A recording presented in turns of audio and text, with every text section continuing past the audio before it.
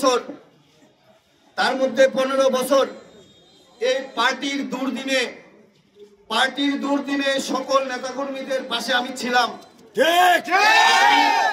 আমি আমার সামর্থ্য অনুযায়ী সকল নেতাকর্মীদের খোঁজ খবর রাখছি 15 বছর। আমার যার যার অবস্থান যেখানেই থাকুক, আমি শুধু ঢাকা থেকেও প্রত্যেকের খবর রাখছি।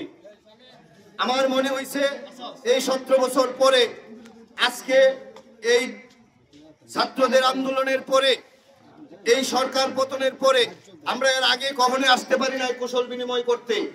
এই আন্দোলনের পরে আমার মনে হয়েছে প্রত্যেকের সাথে আমি কুশল বিনিময় করতে যাব। সেই সুবাদে আজকে আমার জনবাসায় আগমন। আমি প্রত্যেককে ধন্যবাদ জানাই। আজকে প্রত্যেকেই এই রৌদ্রের মধ্যে কষ্ট করে আমার সাথে দেখা করতে, শুভেচ্ছা বিনিময় করতে আসছেন। আমি আপনাদের কাছে চিরকৃতজ্ঞ।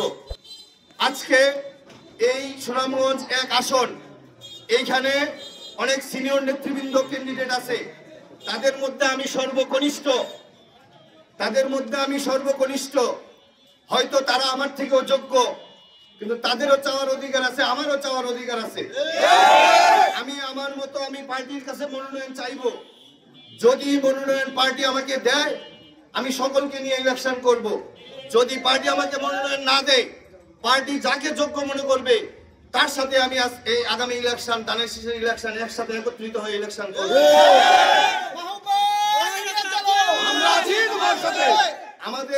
আমাদের এখনো আমরা স্বাধীন হই নাই। 5 তারিখের পরে আমরা একটা সরকারকে পতন করছি। এখন আরেকটা নতুন শুরু হয়েছে। ইলেকশন কবে দিবে তালবাহানা শুরু হচ্ছে।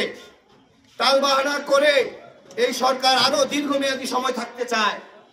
আমাদের সামনে সকলকে ঐক্যবদ্ধ থাকতে হবে, যেন এই সরকার বিনা ভোটের সরকার যেন দীর্ঘদিন থাকতে না পারে। আমরাও চাই সংস্কার করুক, নির্বাচনী রোডম্যাপ দিয়ে সংস্কার করুক। আমরাও চাই এই দেশের সকল সমস্যা সমাধান ওনারা করুক। একটা নির্বাচনী রোডম্যাপ দিতে হবে ওনাদেরকে।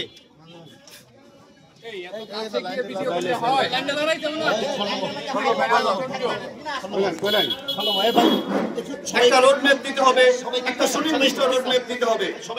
সেই রোডম্যাপ অনুযায়ী আমরা ইলেকশন চাই। যদি ইলেকশন না দেয়, এই সরকার যদি তালবাহানা করে, আমরা আবার আন্দোলন করব। বাংলাদেশ জাতীয়তাবাদী দল জানে কিভাবে আন্দোলন করে নামাইতে হয় এবং এই দেশের জনগণের অধিকার আদায় করতে হয়। সংগ্রামী ছাত্র বন্ধুরা,